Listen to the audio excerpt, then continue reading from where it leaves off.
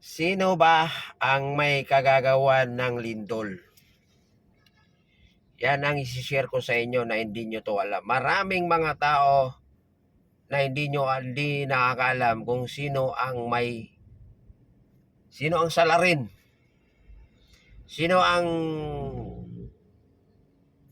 gumagawa ng lindol, sino yung may kagagawa ng lindol. Nung nakarang linggo, nagkaroon ng lindol na 6.9 somewhere in Cebu. And then after ilang araw lang, nagkaroon ulit ng lindol na 5 point something. Tapos ngayong araw na ito, nagkaroon na naman ng lindol, no? 7.6 or 7.5, parte ng Mindanao. Malalakas na lindol yan, no? Ay mga lindol na yan, hindi lang yan, marami. Hindi lang sa Pilipinas nagkaroon ng lindol. Buong mundo, kahit saang lugar sa mundo, magkakaroon ng lindol. Sino ba ang may kasalanan? Sino ba ang may gawa? Sino bang kagagawan? Hindi nyo alam to. Pero kung tapusin mo tong video na to, malalaman mo kung sino yung may kagagawan ng lindol. Kasi yung lindol na ngayon, nagkaroon ng lindol sa Davao, no? May napanood ako sa video. Talagang gumuho yung isang building. 7.6 ba naman na lindol. Pero sa daming naging biktima ng lindol, namatayan pa yung iba, nawasak yung mga bahay, nagbagsakan yung mga gusali, mga building, mga establishmento, nawasak-wasak yung mga kalsada. Pero hindi nyo pa rin alam kung sino ang may kagagawa ng lindol. Sa akin nyo lang maririnig yan. Sino talaga ang may kagagawa ng lindol? At sino yung gumawa ng lindol? Bakit nagkaroon ng lindol sa lugar na yan? Guys, sa totoo lang, yung lindol kagagawan din ng mga wag nyong karamihan sinisisi sa Panginoon. Kung ano-ano yung mga pumapasok sa kanilang isipan. Yung iba nagsasabi na katapusan na daw ng mundo. Yung iba naman, babalik na daw yung Panginoon. No? Ito na daw yung mga sinyalis, palatandaan na babalik na yung Panginoon. Yun ang kanilang mga sinasabi nung iba. Pero hindi yun ang dahilan talaga, no? Sa paniniwala ng iba na kaya daw kasi nakasulat sa Biblia na isa sa mga palatandaan para daw bumalik ang pagbalik ng Panginoon ay mga lindol. Hindi po ganun. Yung sino ang may kagagawan, ang sisihin nyo kung bakit nagkaroon ng lindol sa lugar nyo at kung bakit nagkaroon ng lindol sa Baguio, sa Cebu, sa Mindanao, or kahit saang lupalop man dito sa Pilipinas, ang sisihin nyo, ang may kagagawan yan, tayong mga tao. Ikaw na nanonood sa akin, nakikinig sa akin, kagagawan mo kung bakit nagkaroon ng lindol. No? Ikaw na naging biktima. Ikaw na namatayan dahil sa lindol. Ikaw yung bakit nawasak yung bahay mo. Kagagawan mo kung bakit nawasak, no, namatayan ka dahil kagagawan ng mga tao kung bakit nagkaroon ng lindol. Bakit ito nasabi yan? Nakagagawa nyo yan, bakit kayo nilindol? Kagagawa nyo yan, bakit kayo namatayan? Kagagawa nyo yan kung bakit bumagsak yung bahay nyo. Kagagawa ng tao yan. Kagagawan mo. Kasama na ako doon dahil tao din ako. Kagagawan natin lahat yan, guys. Alam nyo ang dahilan bakit nagkaroon ng lindol? Kasi ang mga tao ngayon, no, hindi na nakakaalala ng Panginoong Diyos. Never mo nang maririnig or banggitin nila yung pangalan ng Panginoon. Ganyan na ang mga tao ngayon. No? Wala nang panahon sa Panginoon, nakakalimutan na nila ang Panginoon. Tanungin ko kayo, mayroong ilang tao, ilang taon na never niyang nabanggit ang pangalan ng Panginoon. So ano ang gagawin para mabanggit mo yung pangalan ng Panginoong Diyos? Panginoon. Edi, pansin nyo guys, dami nyong napapanood na video, dami nyong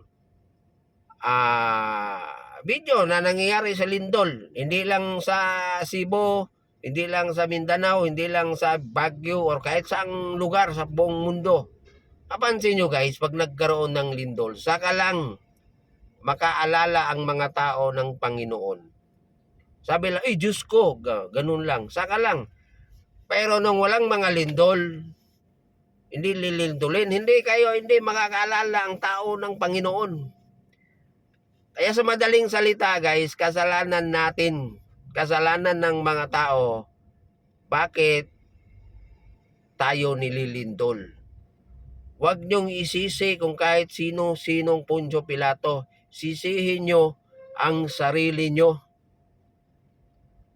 No? Makaalala lang kayo sa pangalan ng Panginoon pag nandyan na yung lindol, pag pinalilindol, nililindol na yung lugar nyo, pinauga na yung bahay nyo. Ganon yan. Kaya nagkaroon ng mga lindol na malalakas. Ngayon, pagkatapos ng lindol, nakakalimutan na naman nila ang pangalan or banggitin man lang ang pangalan ng Panginoon. Huwag kayong ma-open. Lalong-lalo na yung mga nasiraan ng bahay. Nilamon ng lupa yung inyong bahay. Huwag sisihin nyo sarili nyo. Gumuho yung mga building. Nagkabitak-bitak kung ano-ano. Sisihin nyo sarili nyo. Tanungin ko kayo, kayong mga na tinamaan ng lindol. Di ba? After, nung nagkalindol, anong sabi nyo? Diyos ko. Ngayon nyo lang nasabi. Ngayon nyo lang nabanggit, lumalabas sa bibig nyo, yung pangalan ng Panginoon. Kung hindi kayo nilindol, never yung banggitin ang pangalan. Nakakalimutan nyo na ang Panginoon. Nakalimutan nyo na banggitin ang pangalan ng Panginoon. Kaya may lindol na sobrang lakas. Dahil yan, kagagawan natin yan, nating mga tao. Tayo ang may gawa niyan. Ayaw nyong ganun. Pagkatapos ng lindol, wala na rin. Nagkaroon ng lindol, hindi nga man lang nagpasalamat sa Panginoon na ligtas sila, hindi sila nasaktan kahit nawasak yung bahay nila. Hindi nga lang nagpasalamat. Yung iba sa panahon ng lindol, iba ang binanggit na pangalan, nagmumura pa. Guys, kaya nagkaroon ng lindol dahil sa kagawan natin yan. Kasalanan natin mga tao, tayo ang may kagagawan. Kung bakit nagkaroon ng lindol, kung bakit mayroong lindol, kung bakit nilindol ang lugar niya yan, yung lugar natin. Para mabanggit man lang natin ang pangalan ng Panginoong Diyos. Dahil karamihan sa atin, nakakalimutan na ang Panginoong Diyos. Panahon ng araw ng mga pagsimba, ang mga tao hindi nagsisimba, pumupunta sa kung saan-saan. Pumupunta sa mga mall, pupunta sa mga pasugalan, like sa mga kasino. Panahon ng mga Semana Santa, imbis na tayong mga tao pupunta sa simbahan para maanuhan natin yung panahon na namatay ang Panginoong Diyos. Ang mga tao saan pumupunta? Pumupunta sa mga beach, nandoon, nagtampisaw sa gilid ng dagat, naliligo. Oh. So anong paraan para mabanggit natin ang pangalan ng, maalala man lang natin ang Panginoong Diyos, or malumabas man lang sa bibig natin ang pangalan ng Panginoon, idaan sa lindol. Kasi kung lindol na mahina, wala yan. Hindi yan. Pero kung lindolin tayo ng malakas, doon tayo maalala Panginoon. Doon pa natin. Ganun yun, guys. Kasalanan ng mga tao. Tayong mga tao ang may kasalanan. Tayo ang may kagagawa natin.